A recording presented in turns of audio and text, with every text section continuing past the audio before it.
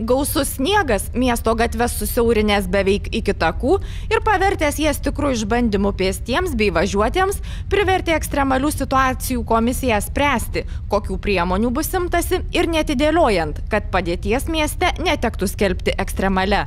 Visos specialiosios tarnybos savivaldybės civilinės saugos skyriaus vedėjos teigimu dirba įprastu ritmu, kurį dėja sunkina viena ir pagrindinė problema. Yra pravažumas tiek greitai pagalbai, tiek priešgaisriniai, tiek policija yra pravažumas į daugiabučius namus ir į gyventojų kiemus, kurie gyvena sodų bendrijose. Čia, kaip žinote, šermutas, ąžuolas, kurie randasi mieste.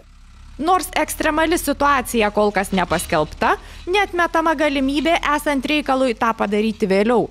Kadangi hidrometeorologų teigimu žiema trauktis neketina, todėl supratingumo prašoma ne tik specialiųjų tarnybų pareigūnų, bet visų miestelėnų, galinčių padėti savo ir kaimynui.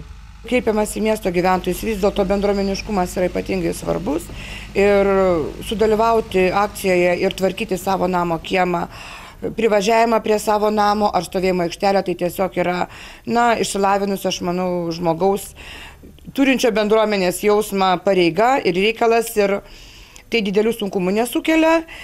Ir tiesiog visos komandos ir tarnybos dirba įprastinį savo darbą, įprastiniu savo darbo ritmu, o pradžiuginti galiu tuo, kad žiema dar tęsis ilgai.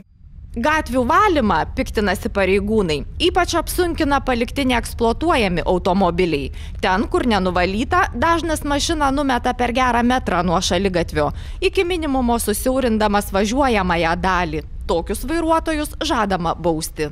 Tie automobiliai, kurie palikti gatvėse ir aplink juos nėra apvalytas sniegas, bus baudžiami, surašomi protokolai ir administracinėn komisijon bus persiunčiamas medžiagos dėl baudų skyrimo. Eismo sąlygos, pasak Panevėžio apskrities vyriausiojo policijos komisariato viršininko pavaduotojo, pagerėtų pastačius kelio ženklus, ribojančius automobilių stovėjimą tam tikromis dienomis.